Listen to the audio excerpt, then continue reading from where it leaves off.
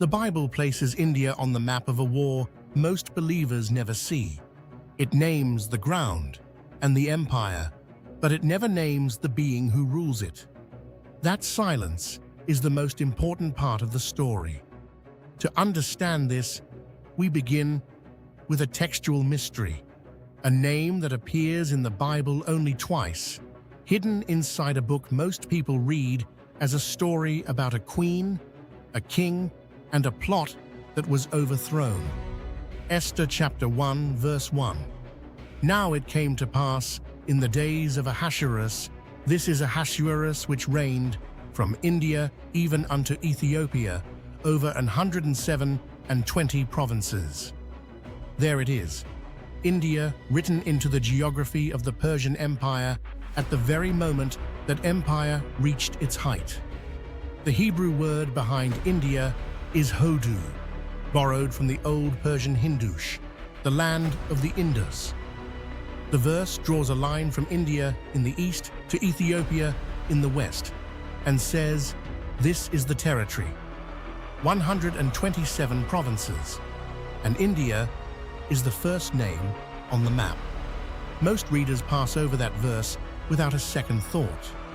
But here is where it gets even more interesting. The Bible is not giving us a geography lesson. It is drawing a boundary.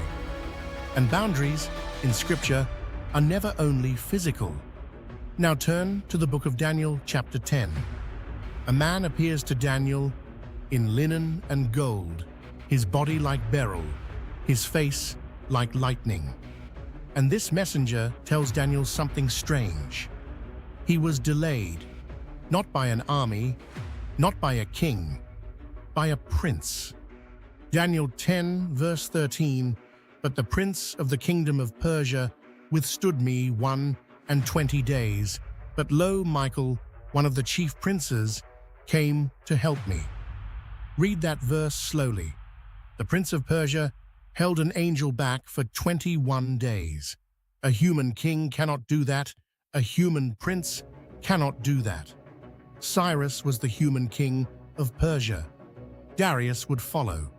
But this prince is something else entirely. He operates in a realm Daniel can barely look at. And it takes Michael, the archangel, one of the chief princes, to break the deadlock. Commentators are nearly unanimous on this point. The prince of Persia is not a man. Tremper Longman, in his commentary on Daniel, observes that this prince is a supernatural being, a spiritual power, set over a nation. John Collins reaches the same conclusion. This is not symbolic language. This is not a metaphor.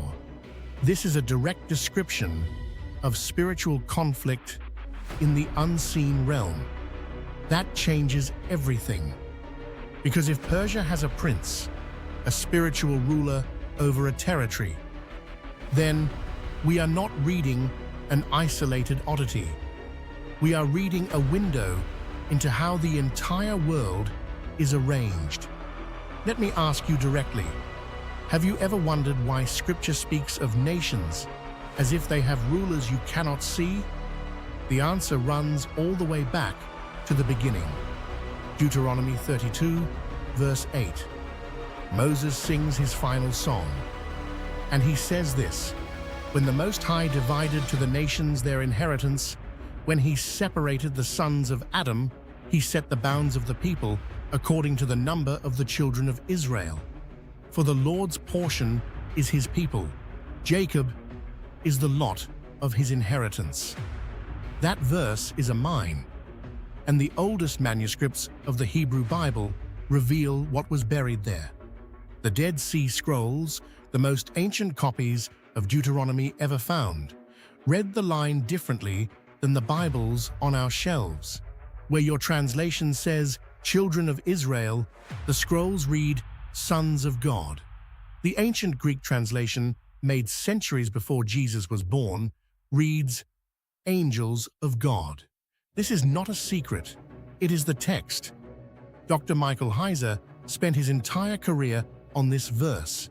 His book, The Unseen Realm, argued that this is one of the most overlooked truths in all of Scripture. When God divided the nations at Babel, He did not abandon them, He allotted them.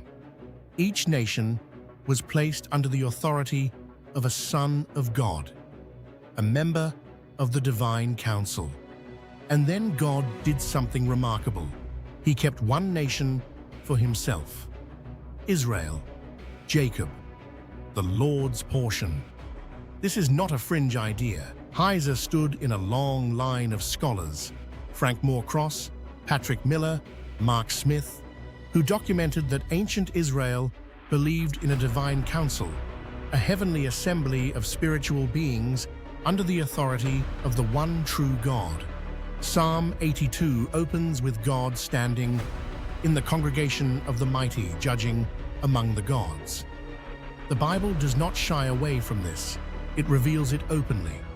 Now we can see what Daniel 10 is showing us. The Prince of Persia is one of these allotted powers. He is the spiritual ruler set over the Persian Empire.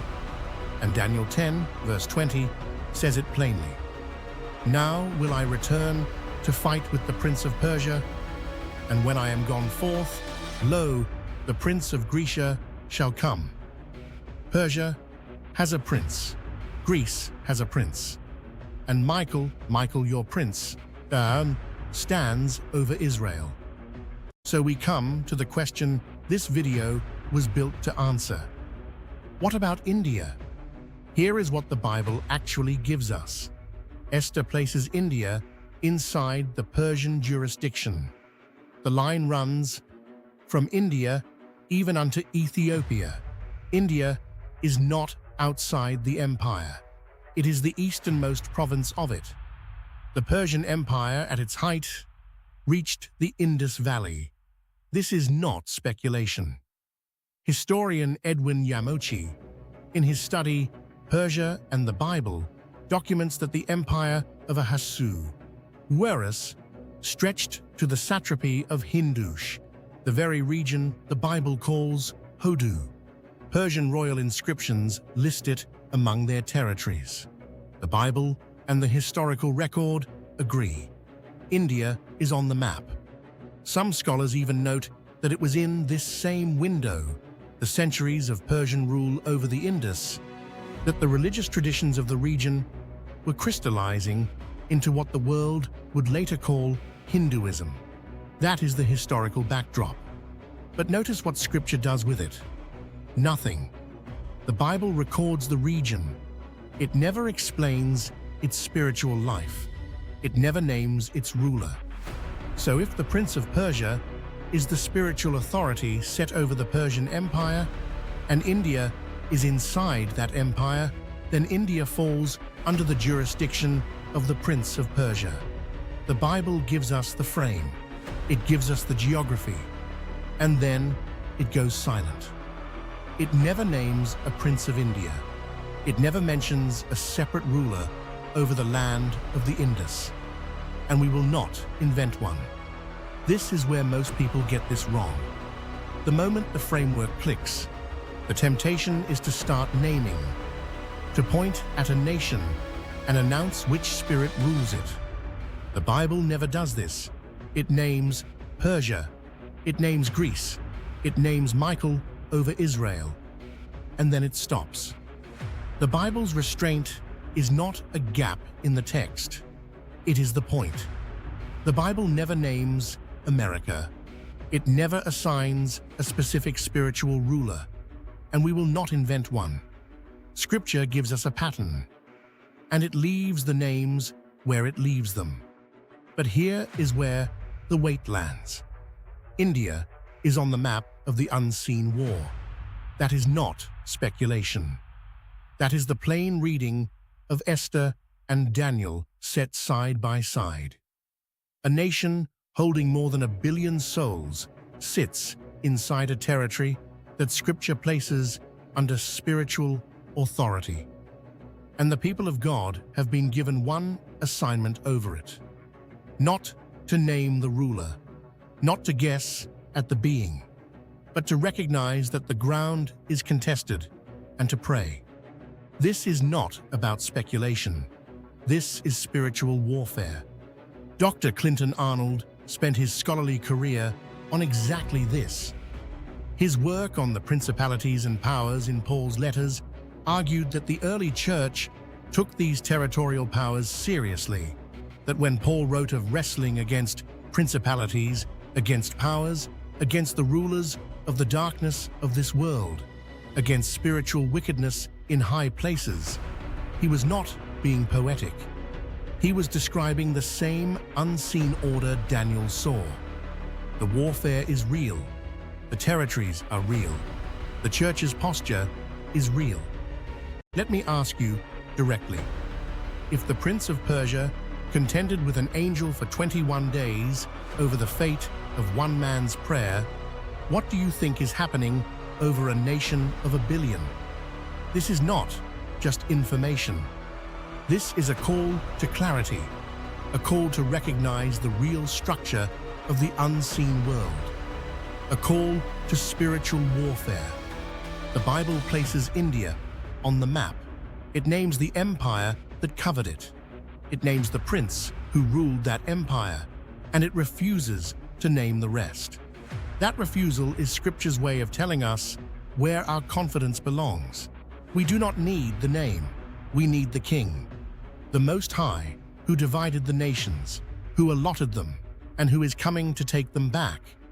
If this opened your eyes, share it with someone who needs to see the map. And subscribe, because the next layer of this mystery goes even deeper, because once you see the pattern, you will never read the prophets the same way again. Stay curious. The unseen realm is more real than what